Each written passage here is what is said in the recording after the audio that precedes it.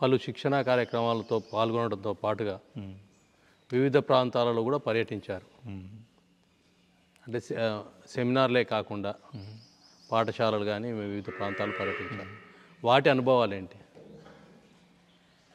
అయితే వివిధ కార్యక్రమాలు విద్యారంగంలో నిర్వర్తించినప్పుడు 100% మెమరీ ప్రోగ్రామ్ కోసం కావచ్చు, తర్వాత అప్పుడప్పుడు ఇన్ఫెంట్ సిద్ధ ప్రోగ్రామ్ అంటే శైశవ విద్య కోసం, స్కూల్ ప్రాజెక్ట్స్, తర్వాత ఎంటర్‌ప్రెన్యూర్‌షిప్ డెవలప్మెంట్ ప్రోగ్రామ్ కోసం, తర్వాత కార్పొరేట్లో SSY, HRD human resource develop, వీటి గురించి మనం చేసినప్పుడు తెలంగాణలోని వివిధ ప్రాంతాలతో పాటు భారతదేశంలోని వివిధ ప్రాంతాల్లో మా సంస్థ తరఫున జరిగిన కార్యకలాపాలలో, అది బాంబే కావచ్చు, గుజరాత్ కావచ్చు, బెంగళూరు కావచ్చు, చెన్నై కావచ్చు, వైజాగ్ కావచ్చు, ఇలా చాలా చోట్ల పాల్గొనడం జరిగింది. ఇలా పర్యటించడంతో పాటుగా మీరు సిద్దిపేటలో మాతా అన్నపూర్ణేశ్వరి టెంపుల్ ఏర్పాటు చేశారు. ఆ టెంపుల్ ఆలోచన ఎందుకు వచ్చింది? ఇక్కడ ప్రతి చోట చాలా దేవాలయాలు ఉంటాయి. అవును. అన్నపూర్ణేశ్వరి అనేది అన్నదానానికి సంబంధించింది. అది ఎందుకు ఏర్పాటు చేయాలనే వాంచగలిగింది? భారతీయ సంస్కృతిలోని ప్రతి శబ్దం, ప్రతి మంత్రం, ప్రతి సంస్కృతి, ప్రతి పూజా విధానం, ప్రతి స్తోత్రం వెనకాల అపారమైన విశ్వ సత్యాలు, విశ్వ వైజ్ఞానిక సూత్రాలు ఉన్నాయి. నిజానికి ఇది నా అనుభవంలో నేను కనుగొన్నాను. నా ఇంజనీరింగ్ మొత్తం నాకు ఇందులో దొరికింది. నాకు భారతీయ సంస్కృతిలో, నేను ఊరికే చెప్పడం లేదు. క్వాంటమ్ మెకానిక్సు, తర్వాత Albert Einstein theory of relativity, Newton's laws of motion, electromagnetic induction, నేను చదువుకున్నవన్నీ కూడా నేను కనుగొన్నాను భారతీయ సంస్కృతిలో ఒక్కొక్క శబ్దం వెనకాల.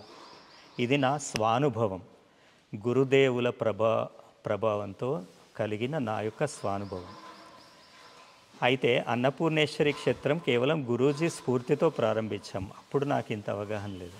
ఒకే ఒకటి నాకున్న అవగాహన, భారతీయ దేవాలయాలు అనేది కేవలం పూజా పునస్కారాలు మాత్రం కాదు, అదొక సాంస్కృతిక కేంద్రము, అదొక వైజ్ఞానిక కేంద్రం, నిజానికి అదొక విశ్వ సత్యాల కేంద్రం.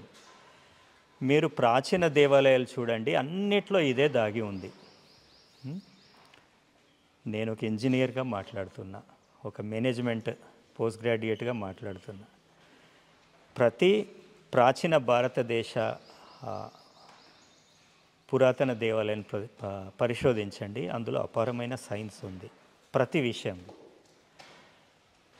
కాబట్టి భారతీయ దేవాలయం అనేది ఒక సాంస్కృతిక కేంద్రము, ఒక వైజ్ఞానిక కేంద్రము, ఒక విశ్వసత్య సాధనకి ఒక తపో సాధన కేంద్రం వాస్తవానికి. దాన్ని సామాజిక అంశాలకు మేళవించాలి, అమలుపరచాలి. నువ్వు పూజ పునస్కారం చేసుకొని పోతే నీ వల్ల సమాజానికి ఏం లాభం? అందుకోసం మేము నెలకొల్పలేదు. అందుకే అన్నపూర్ణేశ్వరి ప్రాంగణంలో ఆ సాంప్రదాయ పద్ధతిలో పూజా కార్యక్రమాలు, వివిధ సాంప్రదాయ పద్ధతుల్లో వివిధ ఉత్సవాలు జరుగుతాయి. అదే ప్రాంగణంలో మాతృమందిరం, ఋషి విద్యాలయ మాతృమందిరం స్కూల్లో విద్యార్జన జరుగుతుంది. అదే ప్రాంగణంలో ఎస్ఎస్ఐ క్లాసులు జరుగుతాయి, సదస్సులు జరుగుతాయి. అదే ప్రాంగణంలో ప్రతి వారం అన్నప్రసాద క్షేత్రం జరుగుతుంది శుక్రవారం. నిజానికి సిద్దిపేటలో మొట్టమొదట అన్నప్రసాదం ప్రారంభించింది అన్నపూర్ణేశ్వరి క్షేత్రంలో. ఈరోజు వారం పొడుగునా ప్రతి చోట ఉంది. అదొక గొప్ప పరిణామం. మేము దాన్ని స్వాగతిస్తున్నాం, సంతోషిస్తున్నాం.